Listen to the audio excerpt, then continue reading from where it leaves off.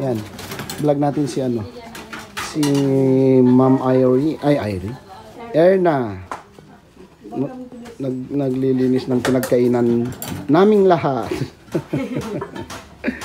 Yan.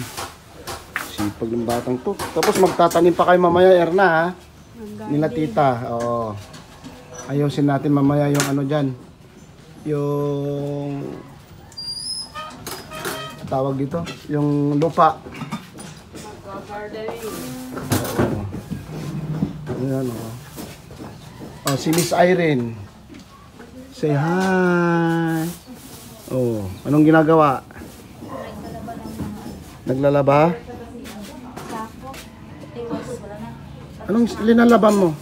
Yung ano pa, sabi ng tinggan, yung ano. Yung mga pabunas, ganito? Hindi, yung ano, placemat. Ay, place. Hindi mo kasi masabi eh. Kaya nga, Buti andyan si Erna. Mali place. Oo. Place daw na may mat.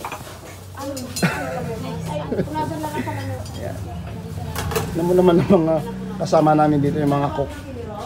Kakatapos lang namin kumain, nagpe-prepare na naman sila pang tanghalian. Diba? Ay, nakatapos ka na rin ng isang linggo, Erna. Isang linggo na ba? Ay, wala, no? Ilang araw lang kayo ng school? 5. Oh, ayun, nakaano ka. Nakatapos ka ng isang linggo. Ha?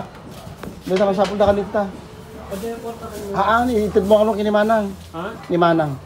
Mga lati gatang ni Danny Boss.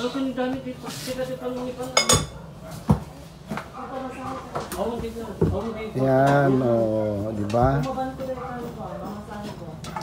So, paano naman yung isang linggo, 5 days na pag ano na nangyari sa school?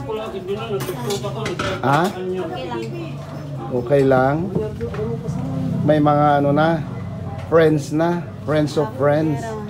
Meron na. Meron akong taga-translator doon. Ay, may translator ka na doon. Hindi magpaturo ka. Taga dito daw siya sa Panga, sabi niya. Sino? Si Angelica daw. Angelica. Hindi ko alam yung apelyido yun. Ay, yun lang. Hindi natin mahanap yung Angelica. Tapos sabi niya, Sinong alam mong Angelica dito? Angelica Bulda. Bulda.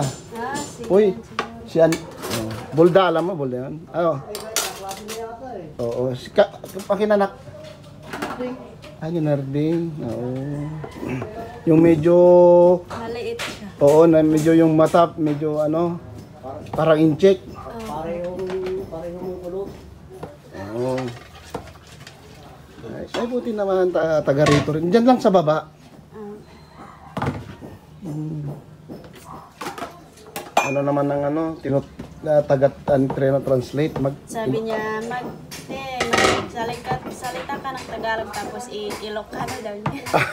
Parang eh di sinabi mo sana, ano kaya kung turuan mo na lang akong mag-Ilocano ka mo, kahit konti-konti lang yung ano, tatagal din yan, may isang buwan. Marami ka na matutunan. Kaya nga minsan dapat mag-Ilocano na lang tayo dito para maano kayo. napamasimurot yung disang nagdabo. Tapos ano, at saka laging Nini ng 34,000. Dad. Parisibuang ka no. tawag dito. Tapos laging mag ano ng po at opo. Oo, yun. Para hindi magalit yung mga ano nanonood sa inyo. Wala daw kayong ano, po at opo. Tapos pag may mga matatanda, dapat laging mag-bless. Hindi naman yung katulad namin na matanda, yung ano na, mga senior na. Nakakaya naman na mag-bless ka sa akin. Hindi, talaga tama nga naman.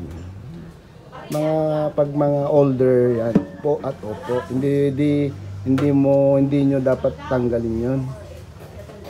Kasi yun lang talaga yung ano, para paggalang sa kanila, pagrespeto, ganun. Yun, wala na yung mga kasama, wala na. Saan na sila? Nagpunas. Ayan, nagpunas sa loob. Ikaw na lang mag-isa dyan. Pinapanood ka ni Madam Koting. Hindi maghuhugas ako. Saka hindi naman kayo pwedeng dalawa dyan. Space. Kaya na Oo. lang. Yan. Sige. Oo, baka sabihin na naman ng mga Baka iiyak ka pag ano Go. baka sabihin na naman ng mga taga-subaybay, taga-panood natin. Oh, kinakawawa pinag ano dapat nag-ano na 'yan. May nag-comment kasi ganyan, kagagaling lang yung school. Dapat magpahinga muna. Nung naglilinis, nagtatanim ka ng ano diyan. Masipag lang talaga si Erna. Oo. Pag doon kasi sa amin, hindi ako mapakali kung kapag malinis yung bahay namin. Kaya nga, ganun. Yun nga ang observation namin sa iyo. Parang masakit yung katawan mo pag di ka, nag-work. Hindi ganun naman talaga. Siyempre, hindi naman, basta pagpalagay mo na lang na bahay mo to. Kailangan naman na, yung nga, bahay mo, madumi. Di ba? Maski nga ako, tulad kanina, pagkagising ko, anong ginawa? Naglinis-linis sa office ni tita, ganun. Wala naman ako ibang gagawin doon. Kaya natutulog dito. Ha? Doon kayo natutulog. Sa ano ako natutulog sa sasakyan? Di ba parang walang kwarto doon? Wala naman.